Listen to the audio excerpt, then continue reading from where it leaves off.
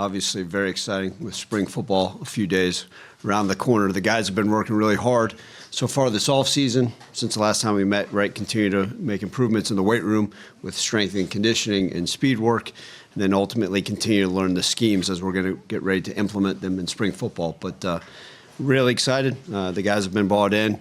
A few days of work, then they have spring break, and then we'll come bring them back and continue through the duration of spring football. Obviously, the spring game, which has been announced, couldn't be more thrilled to continue to work and see what we're capable of.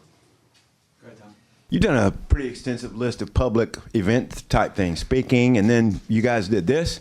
Don't know whose brainchild it was, but what part of your job do you feel like is getting the fan base back involved in Arkansas football? How important is that for what you're doing? Yeah, Tom, I think that it's my job as a head coach is to make sure that we're hitting on every aspect of this football program, right? Obviously, the biggest thing we can do is with our day-to-day with our players, but like I've told you guys, even from the very beginning, right, including former players, right, Razorback players and former players that from Arkansas, including them part of our program, touching base with donors, interacting with people throughout the entire state, whether it's going giving speaking engagements in Little Rock or around town here. I think that's important. We've got a tremendous fan base, and we're so fortunate that so many people love the Razorbacks, love Arkansas football, and are excited about what's coming. And so the more opportunity we have the chance to kind of share our vision, tell people what we're all about, the opportunity for people to hear me speak. One, it not only hopefully gets the fans excited, but they have an understanding, okay, who's this Ryan Silverfield guy? What's he all about? What's the program all about? What's occurring? Right? When he talks about culture, what does that really mean? And quite frankly, it helps with recruiting a lot because people are seeing us and have an understanding. So it's been great. The reception's been phenomenal. Just so many people in this great state, like I said all along. And the more we have the opportunity to interact with our great fans, the better. I know it's a few days in before you can go full pad and all, but what's your philosophy on live tackling and how do you do the maximum during springtime? Yeah, I think spring's a great opportunity, especially as we're still trying to figure out what we have, right? Like I think we're going to continue to learn about this program and our players and our current roster. Yes, we've watched practice film from last year. Yes, we watched game film, whether they're incoming guys from high school. All those opportunities have been great, but there's nothing like seeing with our true eye. All of our coaches, our front office, having the ability to go out there and see what our guys are capable of. So we are going to maximize the live periods when we can, right? Obviously, the first two practices due to NCAA rules and compliance rules will be just in helmets. But then when we have the opportunity to go full pads, we're going to go full pads, and we will do live periods. Some questions have come up whether the quarterbacks will be live, to be determined. But I think ultimately you still need to see, can guys block? Can they still tackle? Who can make people miss? All those things are important. It's a physical ball game. As we get into training camp, we'll still do some live stuff, but obviously we want to be healthy and make sure we as full speed as we can be going into the first game of the season. But I still believe nothing substitutes live playing and the physical aspects of the football game. Coach, do you have any players that you can comment on be limited or out of spring balls that you know of right now? Yeah, so I will say this: we've lost Connor Smith, who is a freshman punter. He'll be out for the entirety of the spring. And then other than that, it's kind of a wait and see on some guys. We're literally having guys doing some follow-ups, checkups, guys from things from last year. We have some guys that may be limited the first week and then coming back with that extra week off of spring break that we say, okay, let's ramp them up. Kind of going back, we want to make sure guys are fully healthy, right? We have a guy or two with a soft tissue issue. Hey, let's see if it's close. Let's hold them and then bring them back so we have an idea. Last thing you want to do is a guy goes out there and it's period 3 of practice number 1 and their hamstring pulls again, and now all of a sudden you don't get a full evaluation on them.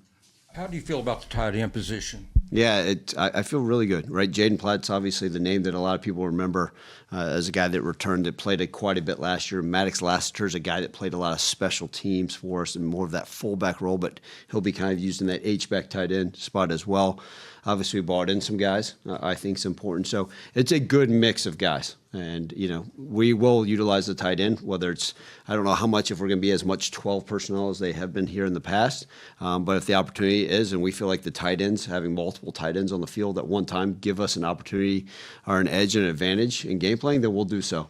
But most of the time, right, I can't sit here and say 100% of the time, but 99% of the time we're always going to have one tight end on the field. But been pleased with their progress. I think they like the scheme, how it's being implemented, and the way they'll be showcased, not just as blockers, not just as wide receivers, not just lined up on the ball, off the ball, the different things we can do with them. Yeah, Coach, specifically on a couple of wide receivers that had longer-term injuries, Ismail CC, Jalen Brown, Monte Harrison, those guys back full? Or? Yeah, so CC will be back full. He's done a great job with his recovery from his injury last year. Monty is a guy we're going to continue to monitor. It could very easily, Trey, be 2 weeks from now, he's full go. Just kind of one of those things. Obviously, we know his age, and we're going to be smart with him as we implement him back in. And then Jalen Brown has done a remarkable job in his recovery. One of those deals, obviously, with his injury.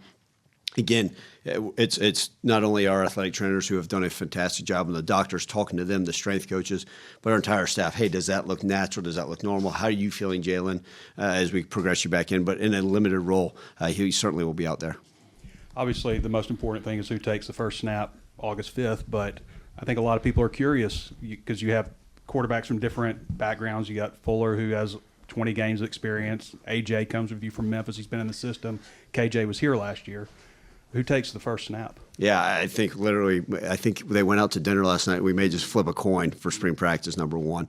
They're all capable, and I meant that when I said this last time I met with you guys. Like, the cupboard's not bare. We feel really confident in all those guys that go out there and be starter and quarterbacks for the Arkansas Razorbacks and still feel that way. And so we'll see. I don't know. I get it, right? Y'all have a job to do. You're going to go out there and judge he took that first snap over there, and this guy – I don't mean a darn thing.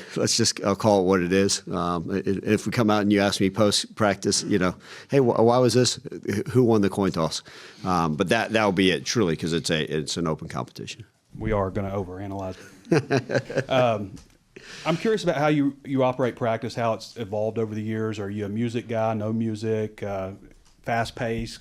How do you like to do it? For sure. I think, which I'm excited for you guys to be able to kind of get a chance, first glance, of what this will look like, at least spring. And the spring will have a little bit of carryover to what we're going to do in training camp, carry over to what we do in the season. And so, I think the biggest thing is get them out there, kind of pro style, do some walkthrough stuff, pre-practice, get them loose, but just also from a mental aspect, some of the stuff we just got done meeting with them on. All right, then we'll go to stretch and then kind of open it up. Normally, we'll open up practice with some type of special teams drill, right? Like a skill or something like that, but throwing special teams right into that realm of it, right? And maybe it's on a punt protection deal, maybe it's a scheme, but generally it's an actual drill that gets them going, usually some type of competition, right? Listen, we're dealing with 18 to 24-year-olds. Sometimes we just put the ball down and say, let's go compete and let's do these things. It ramps up the energy of practice. But we'll have music. The music choice, you can't always give me credit or blame me, okay, if the music isn't up to your liking. But it'll be a variety, and sometimes I'll just say, no, screw this, change that song, or turn the damn thing off. But no, we'll have a little bit of music. It won't be blaring. I don't need our Fayetteville neighbors complaining about the choice of music or the how loud it is. But we bounce around, we move around. I think one of the things you're going to see is that on average, generally at practice, I used to wear one of those Nike watches. We'll see if I wear one now. But I'm myself, and I'm not very fast, and no one's ever called me an athlete, but I probably put on about 5 miles just running back and forth like a wild man, just trying to hey, I'm with the DBs now. No, let me go be with the offensive line now. Hey, got to go handle the quarterbacks now. I may see something over there. It's across the field, and it looks like I'm trying to run as fast as I can, going to tell a wide receiver something. And then, but our coaches are the same. I told our coaches this morning, I want them coaching hard. I want them being demanding. I want them being detailed. But also, when something great happens, let's celebrate it. Let's enjoy that stuff. But if something that's not to our standard, right, if it's not the right ball security, if guys are loafing, man, it needs to be fixed immediately. And we're going to make as many corrections as we can in the flow of practice. We don't want to always stop and say, okay, let's slow things down. But hopefully there's a good flow to it. Obviously, that first practice of a new tenure, spring practice number one, there's going to be some organized chaos and some things that we're going to immediately say, hey, I'm going to have to tell a coach or equipment manager or a video guy, hey, we need this over here. This should have been on this hash, and organize it to the best of our ability. But I think people are going to say, okay, wow, there's a little bit of a flow to this thing, more of the team periods towards the back end of practice like a lot of teams do, but and then adding in situations throughout all of spring football. In recent years, it was pretty normal to see players go through spring practice and then they're in the portal afterward. But now with this one portal window, maybe a little bit more roster certainty. How does that affect what spring practices are like? Getting to know that like this is your roster. Yeah, well, as we sit here today, at 1:04 p.m. on this Wednesday, the calendar is supposedly staying the exact same. Now, we could get done with this press conference and the NCAA come out and say, hey, we decided to add 2 more transfer portal windows and all heck's going to break loose, right? And then I've got to sprint and we got to go figure out what the heck's next. But as of now, there's no spring transfer window. And so we're assuming our roster. And that's great because it kind of gets you the understanding of implementing things. We can also sit there and say, hey, let's throw more at them, because they're going to stay here and they have the opportunity. But also you can say, hey, if we're not ready to advance from day 7 install to day 8, hold on, let's pump the brakes. Let's make sure they handle this because we're going to have the opportunity for these same guys during OTAs, during training camp, to be able to get those things fixed. But it is kind of nice. Let's just call it what it is. I think any coach that sits here or any general manager sits here and says, oh, yeah, January is just an absolute blast. You know, all the free time I had, they're full of it. So I think that the ability to sit there and say, okay, hey, here's who we have. It gives us the opportunity to really evaluate and not have to sit here and say, well, what about this? Like, okay, and who can we get better? It's no longer the excuse of, well, this guy, the second string guard's not getting it done. Let's go replace him in the portal. It's, hey, okay, what are the things that we can improve upon with him? And then we also have an understanding of what our team is. You know, everybody always says, hey, Ryan, what's the scheme going to look like? We have our generalities, right? Our base stuff that we're going to run on offense, defense, and special teams. But if all of a sudden we have a left-footed punter, that may change something we do in the punt scheme. If all of a sudden we decided that we're going to use more tight ends and we're going to be a 13 personnel team, well, that's going to change some of the stuff we're going to do later on in spring and in this offseason, right? And I didn't know this guy was capable of this on defense, or this guy's really great at communicating. Let's move him to this spot. And so I think that's going to kind of allow us to understand where the pieces of the puzzle are and a better understanding of what our roster's all about, what we're really capable of, and then kind of continue to grow from there. Coach, going back to the quarterbacks, you said flip a coin for who takes the first snap, but do you anticipate them both getting first-team snaps within the practice? Do you want one guy to work first team one day, change the next day? What's the plan on that? For sure. And I think as we're continuing to discuss that, I think that the reality is we have 3 guys we feel are going to get first-team reps and kind of go from there, you know, with obviously KJ and AJ. That makes it easy, right, with the syllables until we screw it up.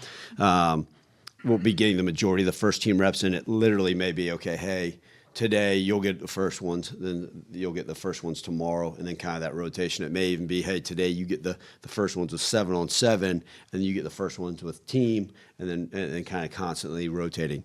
We want everybody to get the fair shot, but I think the more you can throw them in, you obviously want guys to get into a rhythm. But that's, right, college football, I think part of it is, okay, even if you're just getting them all with 7-on-7, that's not going to be a huge change if you go with the second team or that next group. And again, reality, right, like, I don't know what that even looks like. I don't know who our starting right tackle is. So the guy that we may be sitting here saying, is he going with the ones? Is that really the ones, right? And what does that look like ultimately? So every spot's wide open, and we're going to practice and plan accordingly. And I know he's not going to be here until the summer, but you did have a kind of a unique addition in Hank Hendricks being a reclassification guy. Have you ever had a guy reclass like that, and kind of how did that come about? Yeah, listen, excited about Hank. We can now talk about him, that he's officially signed. Excited about him. You know, that was one of those things I have not had those. We've had that people have talked about a guy reclassifying, and usually that happens sometime in December. Obviously, you guys know that Hank's father's on our staff. We had zero discussions about his son reclassifying. We actually, as a staff, never once talked about it. It was not even a thing that brought about. He's a young man that's had a lot of success, obviously, and a very, very talented player in high school. And he understood he's way ahead on his academics and just kind of felt like, hey, the next step for him would be to reclassify and then go from there. But we had never once broached that topic with him or his father. In fact, it was approached to me. And I said, let's just make sure we're going through all the right steps. And that was from every single person in our organization, from Guy Crowley to Tim Cramsey to Ryan Silverfield.